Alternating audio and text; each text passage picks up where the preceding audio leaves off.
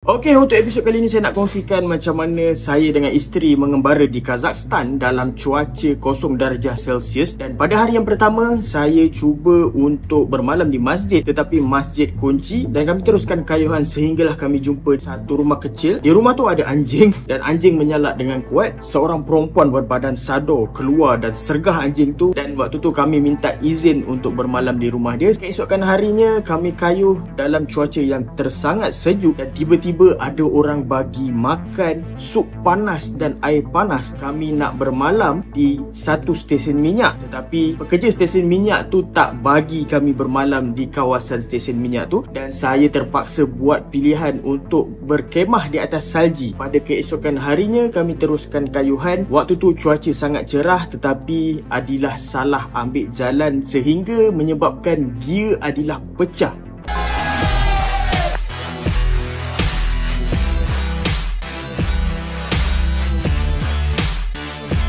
Pada minggu lepas saya kongsikan kisah macam mana saya dan isteri terjah satu rumah kenduri, dan Alhamdulillah kami bermalam di rumah Uncle Kaha. Pada keesokan harinya kami bangun awal dan minta izin kepada Uncle Kaha untuk teruskan perjalanan. Dan masa tu saya telefon Uncle Kaha lah, dan Uncle Kaha kata tunggu sekejap, nanti dia datang dan dia nak ajak kami makan di satu restoran tradisional dekat kawasan tu sebelum kami bertolak. Kami tak tolak rezeki kan. Kami tunggu sampai Uncle Kaha ni sampai bersama dengan dua orang kawan dia yang malam. Mungkin diorang ni adalah orang yang pencen. Uncle Kaha ajak lepak, diorang boleh je anytime. Uncle Kaha pun bawa lah kereta pergi ke restoran tu. Kami ikut daripada belakang sampai ke restoran. Nama restoran tu restoran Yasmin. Dan masa tu Uncle Kaha bagi menu, nah sila order. Dan kami tak tahu nak order apa kan, sebab ini kali pertama kami berada dekat restoran tu. Dan masa tu Uncle Kaha lah yang order kan makanan-makanan tradisional dekat situ. Dan masa tu barulah saya teringat hari itu adalah hari Jumaat, dan saya minta Uncle Kaha untuk pergi solat Jumaat sebelum kami teruskan kayuhan. Saya minta izin juga dengan owner restoran Yasmin ni untuk Adilah solat dan tinggal dekat restoran tu, sementara saya dengan Uncle Kaha pergi ke masjid untuk solat Jumaat. Selepas habis solat Jumaat, saya pun kembalilah ke restoran dan berjumpa Adilah, berjumpa dengan Uncle Kaha dan kawan-kawan. Kami pun bersalaman dan tangkap gambar bersama sebelum kami mulakan kayuhan lah. Saya pun ucapkan terima kasih dan mendoakan kepada Uncle Kaha dan kawan-kawan dia. Kalau kita tak jumpa dekat dunia ni,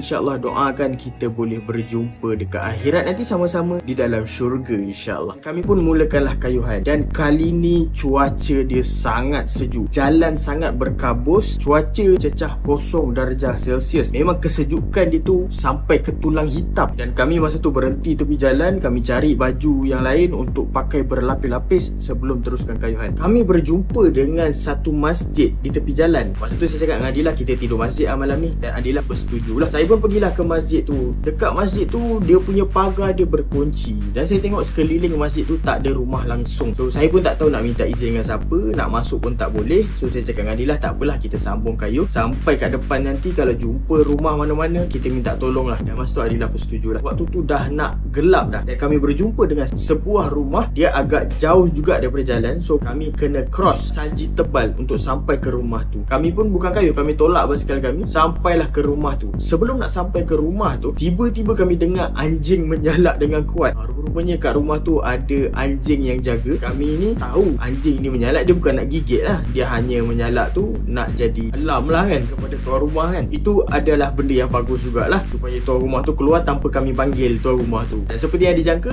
tuan rumah ada keluar. Ada seorang wanita tinggi berbadan sado keluar dan sergah pada anjing tu untuk anjing tu diam, terus menikus anjing tu. Saya pun teruslah pergi ke wanita tersebut dan saya minta izin, boleh tak kalau kami nak pasang kemah berdekatan dengan rumah dia. Dan masa tu perempuan tu tak faham. Tiba-tiba ada seorang lelaki keluar daripada rumah tu. Dia boleh cakap bahasa Inggeris. Dia ajak, jomlah masuk kat dalam, kita sembang kat dalam sebab kat luar ni sejuk, dia kata. So kami pun parking dekat tepi dinding basikal kami. Kami pun masuk ke dalam rumah dan bersembanglah dengan dia orang. So yang lelaki ni nama dia Oscar, dan perempuan tadi tu adalah isteri dia. Nama isteri dia Aunty Robabeh. Uncle Oscar dan Aunty Robabeh. Dia ada dua orang anak. Dia kenalkan seorang anak, dan seorang anak lagi adalah anak istimewa di atas kerusi roda yang diletakkan di bilik yang berasingan. Dan masa tu Uncle Oscar ni dia bagi kami sup panas dengan roti. Masya Allah, tabarakallah. Kita just minta izin untuk tempat tidur je, tapi dia siap hidangkan makanan pada waktu tu. Dan kami pun bersembang lah. Saya pun bersembang panjang dengan Uncle Oscar. Uncle Oscar je lah yang boleh cakap bahasa Inggeris. Nanti dia tak boleh cakap bahasa Inggeris. So kami tak sembang banyak lah dengan dia. Adilah je lah lepak dengan dia dekat dapur, tengok apa yang dia buat semua kan. Uncle Oscar ni terkejut lah yang kami sebenarnya nak kayu basikal ni pergi ke Mekah. Dan masa tu Uncle Oscar kata doakanlah untuk dia sampai ke sana. Dia teringin sangat nak pergi ke sana, tapi belum cukup duit untuk nak pergi ke sana. Dan masa tu kami pun doakanlah kepada Uncle Oscar dan sekeluarga supaya dapat jejakkan kaki ke Mekah dan Madinah. Amin ya rabbal alamin. Pada waktu tu Uncle kata bawa masuk semua barang-barang sebab hari dah semakin gelap. Kami pun keluar ambil beg-beg dan basikal kami tinggalkan kat luar dan kami tutup menggunakan baju hujan. Dan waktu kami keluar tu macam biasa, anjing dekat luar tu menyalak aku main kuat lagi kan. Dan saya cakap dengan Adilah, kita kena pergi tandas sekarang sebab tandas dia dekat luar. Kalau kita kerap sangat keluar pergi ke tandas, anjing tu confirm akan bunyi punya. Bila anjing tu berbunyi, anti roh babeh ni kena keluar dan sergah anjing tu. Kami sergah tak jadi apa. Sergah lah macam mana, anjing tu makin lama makin kuat dia menyalak. So saya cakap dengan Adilah, malam ni kita kena settle juga pergi ke tandas. Sampai esok pagi baru kita pergi. Kita jangan tengah-tengah malam pula kita pergi. Memang confirm anjing tu menyalak dan anti kena bangun untuk stabilkan emosi anjing tu. So masa tu kami pun settlekan hajat kami dekat tandas, bawa masuk semua barang. Uncle Oscar tunjukkan satu bilik khas untuk kami. Alhamdulillah, syukur malam ni kami ada tempat untuk bermalam. Walaupun rumah dia tak ada heater, sekurang-kurangnya tak perlu berkhemah dekat atas salji. Alhamdulillah. Dan pada keesokan harinya, macam biasa kami bangun awal pagi untuk nak solat subuh. So kami kena juga pergi ke tandas. Kami tak ada pilihan lain, kami keluar juga ke tandas. Dan pada waktu tu memang anjing tu menyalak lah. So kami buat tak tahu je, buat pekak je, pergi ke tandas, habis urusan dan kami balik dan solat. Sampailah habis solat, anjing tu masih lagi menyalak. Sehinggalah anti roh babeh ni keluar dan sergah anjing tu, dan anjing tu terus diam. So kami rasa kami kena belajar lah dengan anti roh babeh ni, macam mana nak mendiamkan anjing dekat Kazakhstan ni. Dia punya ilmu tu sangat power. Pada waktu tu Uncle Oscar dengan anti roh babeh ni ajak sarapan bersama-sama sebelum kami teruskan perjalanan. Habis je sarapan, kami keluar rumah dan kami tengok basikal kami dah ditutupi oleh salji. Mujur kami letak baju hujan dekat atas basikal tu. Kalau tak, memang basikal-basikal tu ditutupi oleh salji lah. Kami bergambar bersama dengan keluarga Uncle Oscar ni dan kami mendoakan lah selepas ni kalau tak jumpa lagi, kita jumpa di Jannatul Firdaus. Amin. Dan masa tu kami pun teruskanlah tolak basikal sehinggalah ke jalan besar. Waktu tu kami mulakan kayuhan awal pagi dan cuaca pada waktu tu sama macam semalam, masih lagi mendung, matahari tak nampak, cuaca sangat sejuk. Dan masa tu tinggal lagi 70 km sahaja daripada tempat kami tu sehingga ke border. Dan pada waktu tu Amirul dan Aiman dah sampai dah di border dan mereka sedang tunggu kami lah. Dan masa tu saya target 70 km boleh kot kami akan sampai ke border tu sebelum hari gelap. Dah lah waktu tu sejuk, kena memanjat bukit pula tu kan. Kami tak ada pilihan lain, so kami teruskanlah kayuhan sampailah ke puncak. Masa tu Adilah memang dah tak larat nak kayuh lah. Dia turun dekat basikal dan dia tolak basikal dia sampailah kami berhenti dekat satu tempat. Dan masa tu Adilah cuba untuk nak minum air panas dalam termos dia, tapi malangnya air dalam termos tu pun dah sejuk, dah tak panas dah. Dan masa tu kami memang menggigil lah. Saya dah gosokkan tangan banyak kali pun masih lagi sejuk. Tangan masa tu rasa dah kebas dan pipi ni rasa dah tegam. So kalau angin tiup kat pipi ni rasa macam kena hiris-hiris. Waktu kami tengah duduk berehat tu, kami nampak ada beberapa biji lori yang berhenti tepi jalan yang tengah buat kerja di jalan tu lah. Dan masa saya tanya dengan Adilah, dia orang ni tak sejuk ke? Kita ni dah sejuk macam dah nak meninggal ni. Dan Adilah kata entahlah, dia pun angkat bahu kan. Dan tiba-tiba ada seorang lelaki daripada mereka tu, dia orang hulurkan 2 bekas makanan kepada kami dengan sup panas. Oh, masa tu saya rasa macam, ya Allah, terima kasih ya Allah. Di saat kita orang dalam kesejukan ni, tiba-tiba ada orang bagi makanan dengan sup yang hangat. Kami ucap terima kasih kepada orang yang memberikan tu. Kami doakan dia dan kami terus makan. Kami terus buka kat situ juga, kami makan juga kat situ. Dan masa tu memang rasa, ya Allah, bersyukur sangat. Dia punya rasa syukur tu macam rasa macam dapat duit 1 juta ringgit. Dan kami habis je makan, ada seorang lagi lelaki dari dalam lori, dia panggil, brother dia panggil. So saya pun pergilah kepada seorang lelaki tu dan dia hulurkan 2 cawan kertas dan dia tuangkan air teh panas. Oh ya Allah, di saat waktu sejuk macam tu dapat air teh panas tu memang sangat syahdu lah. Dan masa tu kami pun ucap terima kasih banyak-banyak. Rasa sebab, rasa terharu semua ada lah. Di saat kita betul-betul dalam keadaan sejuk macam ni, Allah hantar makanan, Allah hantar air panas pada waktu yang sangat tepat. Alhamdulillah, bila dah habis makan, dah habis minum, kami pun ucaplah terima kasih kepada diorang. Dan saya berpeluk dengan diorang ni macam dah lama kenal. Kami pun bergambar bersama-sama dan saya mendoakanlah mereka supaya mereka ni dipermudahkan urusan. Kami say goodbye kepada diorang dan kami teruskanlah perjalanan. Dan pada waktu tu dah nak senja dah. Dan pada waktu senja tu saya tengok di Google Map tinggal lagi 20 km. Dan saya tak bercadang untuk teruskanlah sebab kita tak nak kayuh pada waktu malam, takut jadi apa-apa dekat tengah jalan. So saya decide dengan Adila kita dah kena mula cari tempat tidur. Dan masa tu saya berjumpa dengan satu stesen minyak di tepi jalan, nama dia Zan Oil. Saya cakap dengan Adila tunggu dekat luar, jaga basikal. Saya masuk ke dalam dan minta izin untuk pasang kemah di kawasan stesen minyak ni lah. Saya pergi ke kaunter dan tanya kepada pekerja Zan Oil tu, dan saya cakap dia boleh tak kalau kami nak camping dekat luar daripada stesen minyak ni. Saya cakap dengan dia ayam dengan itik lah, dia tak boleh cakap bahasa Inggeris pun. Dan lepas tu dia kata nyat. Saya faham nyat tu maksudnya tidak ataupun tak boleh kan. Saya tanya dengan dia, kat mana saya boleh camping nak tidur malam ni, sebab kat sini kawasan ni memang tak ada hotel, memang tak ada tempat lain nak tidur. Dan dia kata kat mana-mana asalkan bukan dalam stesen minyak, kat luar stesen minyak pun tak apa, dia kata. Dan masa tu saya nak parking dekat stesen minyak ni sebab stesen minyak ni ada tandas. Sebenarnya kalau kami perlukan tandas, ada tandas berdekatan lah. Dan masa tu saya pun keluar daripada stesen minyak tu dalam keadaan yang hampa lah. Saya cakap dengan Adilah yang pekerja sini tak bagilah kita camping kat sini, so kita camping kat luar lah. Dan masa tu Adilah senyap dan Adilah ikut je. Saya pun tolaklah basikal sehinggalah keluar daripada kawasan stesen minyak tu, pergi dekat dengan pagar dia, maksudnya luar daripada kawasan stesen minyak tu. Tapi kawasan tu bersalji, kawasan tanah tu ditutupi oleh salji. Saya cakap dengan Adilah yang kita berkemah kat sini lah malam ni. Masa tu Adilah senyap je. Saya pun keluarkanlah kemah, saya bersihkan salji-salji atas tanah tu dan mulalah pacak kemah. Dan masa tu saya minta Adilah tolong, tapi dia senyap, dia tak buat apa-apa. Dia mengeras macam patung. Adilah tanya, kalau camping kat sini tak ada orang marah ke? Saya kata, saya dah minta izin dah dengan pekerja kat situ. Dia kata tak boleh camping kat dalam, kita camping kat luar lah. Dan masa saya buat tak tahu je, saya terus pasang dia. Masa tu hari dah makin gelap. Kalau saya tak pasang sekarang, malam nanti saya perlukan lampu yang banyak untuk nak pasang kemah. Dan saya cepat-cepat lah pasang kemah dan Adilah langsung tak tolong. Dan masa tu bila dah siap, saya cakap, yang masukkan beg-beg semua cepat kat dalam kemah tu. Adilah tanya kali kedua, betul ke kita nak camping kat sini? Masa tu saya tanya, ada pilihan lain ke? Dan masa tu Adilah senyap dan mulut dia terkumat kamit. Saya tak tahu dia baca apa pada waktu tu. Dia langsung tak angkat beg masuk kat dalam kemah. Dan waktu saya angkat beg masuk kat dalam kemah, tiba-tiba ada satu kereta datang betul-betul kat sebelah kami. Waktu tu dah gelap dah. Dan dia tanya, what are you doing here? Lepas tu saya cakap lah, saya nak camping kat sini. Saya nak camping satu malam, esok kami akan sambung kayuh balik lah. Lepas tu dia kata, no, tak boleh camping dekat sini. Saya cakap, satu hari je, esok pagi-pagi kami gerak lah. Dia kata, tak, saya nak awak tidur kat dalam Zan Oil tu. Saya cakap, saya dah minta izin dah dengan staff tu tak bagi. Lepas tu dia kata, it's okay, saya adalah owner kepada Zan Oil tu, jom ikut saya bawa awak tidur kat dalam Zan Oil tu. Dan masa tu saya macam, serius lah.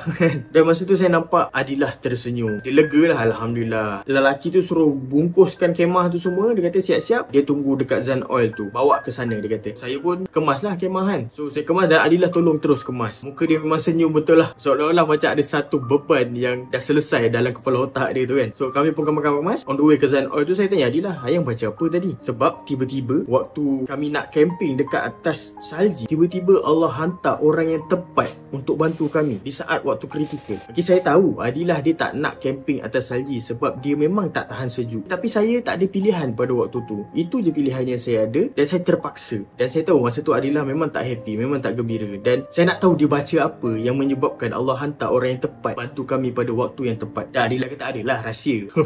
Dan masa tu kami pun tolaklah basikal masuk ke dalam Zan Oil tu. Kami berkenalan lah dengan lelaki tu. Siapa nama dia kan? Dia kata nama dia adalah Khanat. So kami panggil dia sebagai Brother Khanat. Dan Brother Khanat ni, dia tunjukkan lah, okay, ni satu bilik CCTV. Dalam ni tak ada orang untuk malam ni, so you all boleh tidur kat sini. Bilik tu tak besar, ruang dia sebesar kemah kami je sebenarnya. Tapi Alhamdulillah dalam bilik CCTV tu ada heater. Kami pun masuk kat dalam tu. Basikal kami parking kat luar, barang-barang kami masuk kat dalam tu. Dan Mr. Khanat ni, dia kata kalau you nak apa-apa dalam kedai ni, ambil je. Mr. Khanat ni terlalu baik lah. Masa tu saya cakap spasiba, terima kasih banyak-banyak pada dia. Dan dia pun tunjukkan tandas dekat mana. Dan masa tu dia kata, okey lah, saya nak balik ke rumah, kita jumpa esok. Kami pun bersalaman dengan Mr. Khanat. Mr. Khanat pun baliklah. Saya terus pergi ke tandas untuk nak selesaikan hajat dan ambil uduk. Adilah dia terus masuk bilik CCTV untuk kemas-kemas barang lah. So bila saya balik ke bilik CCTV tu, tengok-tengok Adilah dah pasang langsir pakai selimut. Sebab dia punya cermin dia memang boleh nampak daripada luar ke dalam lah. Cermin dia memang luas. Dan masa tu Adilah minta saya untuk pump tilam angin. So saya pun pump dah tilam angin, sementara Adilah pula pergi ke tandas. Bila saya pump tilam angin tu memang ngam-ngam, penuh ruang lantai tu, memang langsung tak ada ruang untuk berpijak. Saya pun tegakkanlah tilam tu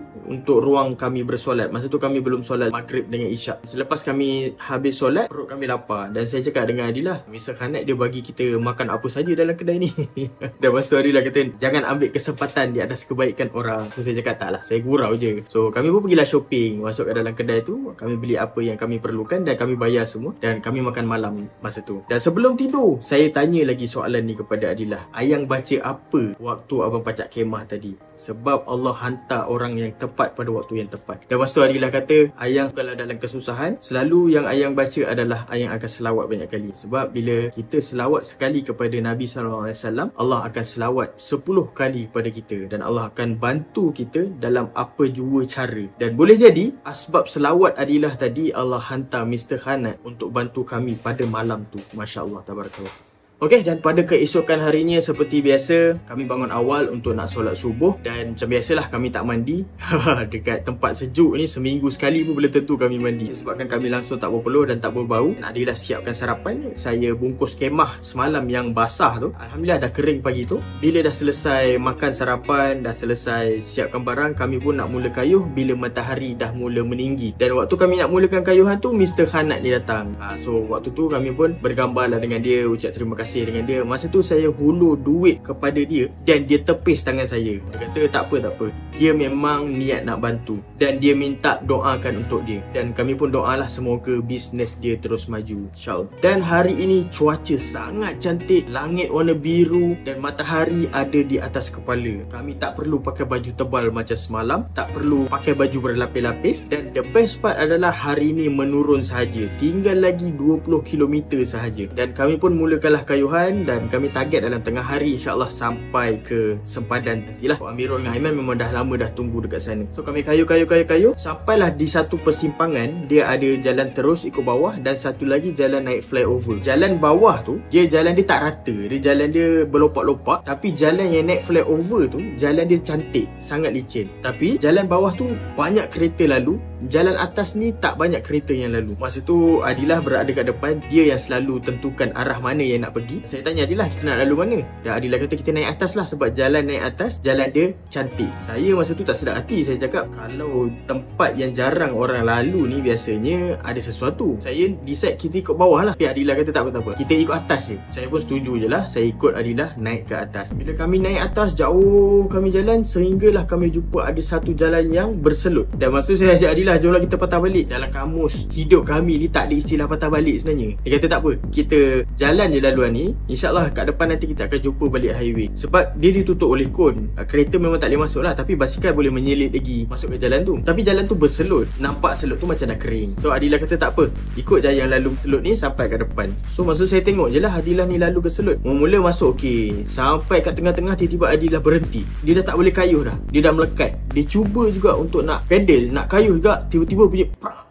Dan masa tu Adilah dia dah tak boleh bergerak. Dan Adilah panggil saya, bang main sini. Dan saya pun parkinglah basikal kat tepi. Saya pun redahlah selut dengan jalan kaki. Sampai kat tengah tu saya tarik basikal Adilah pergi ke tepi jalan. Saya tak tahu apa punca basikal dia tak boleh bergerak. Dan saya pun buka beg dia satu-satu. Dan saya baringkan basikal dia dan bersihkan semua selut. Dan bila dah bersihkan dia punya selut dekat pedal, rantai, dekat mudguard semua dah penuh, saya buang satu-satu. Memang keras dia punya selut dia. Selut dia lagi jahat daripada selut kat Myanmar. Selut kat Myanmar panas, dia cair. Tapi selut dekat sini, once kita dah terkena selut tu, dia terus mengeras. So memang basikal Adilah tu dia stuck sebab selut tu dah keras. Dan bila saya dah cokil pakai kayu semua, dan saya nampak satu perkara yang ini tak ada harapan ni. Saya nampak gear belakang Adilah pecah. Saya cakap, yang kita tak ada spare ni. Ini saya tak tahu nak buat apa ni. Dan masa tu Adilah mengeluh lah. Ya Allah, dia macam kecewa lah dengan apa yang berlaku tu kan. Saya fikir apa benda yang saya nak kena buat dengan basikal Adilah ni. Dan masa tu Adilah muka dia dah suram lah. Muka dia dah macam beremosi kan. Dan Adilah kata dia nak pergi ke tandas sekejap. Dia akan pergi ke bangunan berdekatan untuk minta izin pergi ke tandas lah. Saya pun izinkan lah. Dan saya pun termenung lah, fikir macam mana nak selesaikan basikal Adilah ni. Saya cadang untuk nak buka je gear tu dan jadikan dia fix gear. Maksudnya dia hanya adalah single gear je lah. So saya carilah pemotong rantai, sebab saya ada pemotong rantai. Cari-cari tak jumpa, sebab pemotong rantai ni saya tak pernah guna. Saya just bawa je, punggahlah semua beg saya tu dan jumpalah pemotong rantai. Dan saya cubalah untuk nak potong rantai tu. Cuba, pak, bengkok dia punya mata pemotong rantai tu. Saya cakap menyesal aku beli barang tak berkualiti ni kan. Ya all in one semua kan. So barang tu tak berapa nak berkualiti lah. So dia punya bengkok. Saya cubalah ketuk pakai batu, tak jadi juga. So saya give up lah perut tu. Saya kembalilah termenung, macam mana aku nak buat dengan basikal dia ni kan. Dan masa tu Adilah pun balik daripada tandas. Muka dia dah segar sikit lah, dah selesai hajat semua kan. Dan masa tu dia cakap macam ni lah, bang, kita tinggal 5 kilo je kan. So ayang cadang, ayang tolak je lah basikal 5 kilo ni. Dan masa tu saya tak ada apa-apa pilihan lain. Saya pun setujulah dengan apa cadangan Adilah tu kan. Kami pun letakkan beg Adilah semula dekat atas basikal dan Adilah mula tolak. Dan masa tu saya tanya, ayang okey ke? Dia senyap je, dia langsung tak respon. Dan masa tu saya cakap, nak abang tolakkan basikal ke? Dia senyap je, dia langsung tak cakap, dia langsung tak tengok muka saya, dia just tolak je. So saya tahulah masa tu dia tengah beremosi, emosi dia tak berapa nak stabil. So saya biarkanlah, saya kayuh jauh sikit daripada dia. Saya bagi dia ruang untuk dia settle kat emosi dia tu. Sampai ke depan lebih kurang dalam beberapa ratus meter, saya berhentilah. Tapi saya nampak lah Adilah tu, saya nampak kat belakang. Saya berhenti dan dia sampai, dan saya kayuh balik dan saya berhenti. Bila dia sampai, saya start kayuh balik. Macam tu lah saya ulang-ulang. Sambil menunggu tu saya scroll lah media sosial kan, upload sikit gambar semua. Dan masa tu saya beritahu dengan Amirul, kita orang sampai lambat lagi ni sebab basikal Adilah ni pecah sekarang ni. Ada tak kenderaan yang boleh ambil kami? Dan Amirul kata dia pun tak tahu macam mana nak datang ambil kami, selamatkan kami kan. Masa tu saya cakap, okey lah, tak apalah, kita orang sambung tolak je lah. Tapi kami akan sampai lambat sikit lah, dalam lebih kurang 5 kilo ni dalam lebih kurang sejam ataupun 2 jam. Dan Amirul kata okey lah, it's okay, teruskan. Dah nak sampai nanti beritahu dia. Adilah sambung tolak. Kadang-kadang saya pun tolak basikal saya sekali. Tinggal lagi 500 meter dah nak sampai ke border. Saya beritahu Amirul, kami dah nak sampai. Dan bila sampai ke border tu, Amirul dengan Aiman dah tunggu kami dekat situ lah. Dia orang sambut kami. Dan masa tu Amirul dengan Aiman dia bagi semangat dengan Adilah lah. Dan Adilah bolehlah tersenyum sikit kan. Masa tu saya tanya dengan Amirul, so lepas ni kita nak ke mana? Dan Amirul kata, barang-barang semua letak dulu dekat restoran yang tempat kita orang lepak tadi tu. Awak ikut saya. Dan Adilah tak apa, bagi dia rehat duduk dekat restoran. So saya pun ikut Amirul. Amirul kata, kalau nak masuk border Uzbekistan, kita kena declare semua barang elektronik yang kita ada dengan berapa banyak duit yang kita ada. Dan masa tu saya macam, ini pertama kali ni nak cross border kena declare semua benda kan. Setiap negara undang-undang dia berbeza. So Uzbekistan ni memang kena declare. So masa tu Amirul dia ambilkan borang dekat kaunter dan bagi kepada saya lah. Saya pun isi berapa banyak barang yang saya ada, berapa keping memory card, berapa banyak kamera, laptop, hard disk, duit. Dan so saya tanya Amirul, so lepas dah isi ni nak buat apa? Amirul kata pergi ke money changer dulu, tukar duit Uzbek dulu, sebab bila declare ni nak kena bayar. Sudah nak masuk border kena bayar pula kan, jarang kena bayar ni. Masa tu saya cakap, berapa kena bayar? Jangan risau, nanti dia kirakan. Dia kata tak mahal pun. Okey lah, kalau macam tu saya pun pergi ke money changer, tukar duit, dan saya pun pergilah declare. Saya kena bayar masa tu tak mahal sangat lah. Dan bila selesai semua, Amirul ajak kami semua cross pergi ke immigration, dan kami akan cross malam tu juga. So waktu kami masuk ke immigration, macam biasalah, bila kat border ni dada saya dudap kan. Kita risau kan, walaupun dokumen dah lengkap, tak ada buat salah apa-apa, tapi still rasa dudap tu. Waktu tu memang agak ramai juga yang nak cross daripada Kazakhstan ke Uzbekistan. Saya tak boleh nak bezakan dia antara orang Kazakhstan dengan orang Uzbekistan. Muka lebih kurang sama je. Dan masa tu saya ketawa sorang-sorang. Semua orang berpakaian cantik dan kemas. Tiba-tiba saya dengan Adilah ni macam orang baru keluar sawah, badan penuh dengan selut kering. Hopefully dia tak tahan kami sebab kami berbaju kotor lah kan. Waktu kami tengah beratur tu, dia tak tanya apa-apa dan dia terus chop kami punya pasport. Alhamdulillah, bunyi chop tu adalah bunyi yang paling saya suka dekat immigration dan dekat border. Itu menandakan bahawa kami dah berjaya untuk masuk ke negara lain. Alhamdulillah. Okay, so saya rasa sampai sini saja untuk episod kali ni. InsyaAllah nanti saya akan sambung lagi di episod yang akan datang. Tapi sebelum tu, sedikit hikmah daripada saya. Jika berlaku sebarang kesusahan, basahilah lidah dengan selawat. Kerana Nabi SAW bersabda, jika kita berselawat 1 kali ke atas Nabi SAW, Allah akan berselawat kepada kita 10 kali. hadis sahih riwayat Imam Muslim. Okay, so sehingga kita jumpa lagi di episod yang akan datang. Saya Ahmad. Assalamualaikum warahmatullahi wabarakatuh.